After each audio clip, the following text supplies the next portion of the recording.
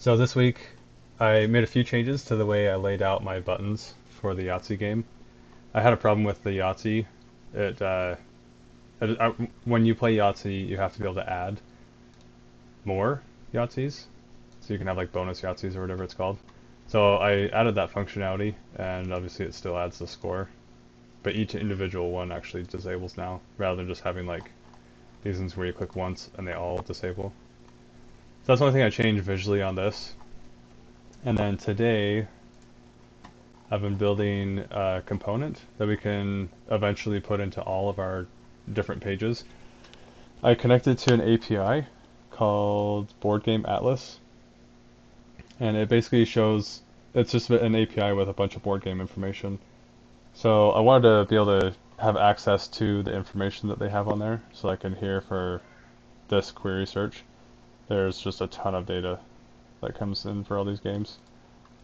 So what I did is I made a dialog box, and in the dialog box I created two tabs, so I'll show you in just a second, but basically it has two different tabs, and then the first one is a radio button group with all of the different games that come in from the API that correspond to the title of your app or the game that you're playing. So like Yahtzee, you can see it right here.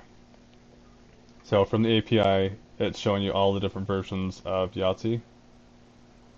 So I just did a filter for that. And then after that, once you select which one you want, let's say like that's just a normal Yahtzee, it'll have more statistics. Then you can click on game information. And then once you click on game information, it does another query to the API using the ID of the game you selected, and then passing in the .env file, there's a key from the actual API that I had to put in here. So I had to do a .env file. So the .env file pulls in, or has the API key, which is right here. And that is pulled in from, it's set equal to this variable right here. And it's just process.env and then you have to name it Vue_app, and then you can name whatever you want it to be. So anyway, I did that, and that's how this works. So it's cool because here's the Yahtzee one, and I just styled like what the company or the whatever it's called. I can't remember what it's called. Publisher, I think is what it's called. Yeah, the publisher.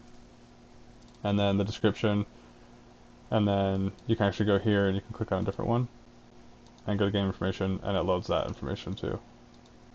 So it just has the number of players, min and max, and then the actual average user rating that came in from the API. So that way you can at least refer to game information. I was hoping it'd have game rules, which it has a URL for it, but I just need to get that working. So one of the difficulties I'm facing right now is when I click on one of these and go to here, it actually has like something from the JSON file. So like this one should be a quotation, but I don't know how to remove those, so I need to figure out how to remove that so that it's a little bit cleaner looking. So that is one of the big problems. And then I also need to figure out how to do props so that when I put this in every single game, they can click on it and it pulls information from their existing website or page that they did. So then we only have to code it once, and it should do all of the hard work for everybody. So anyway, that's it so far.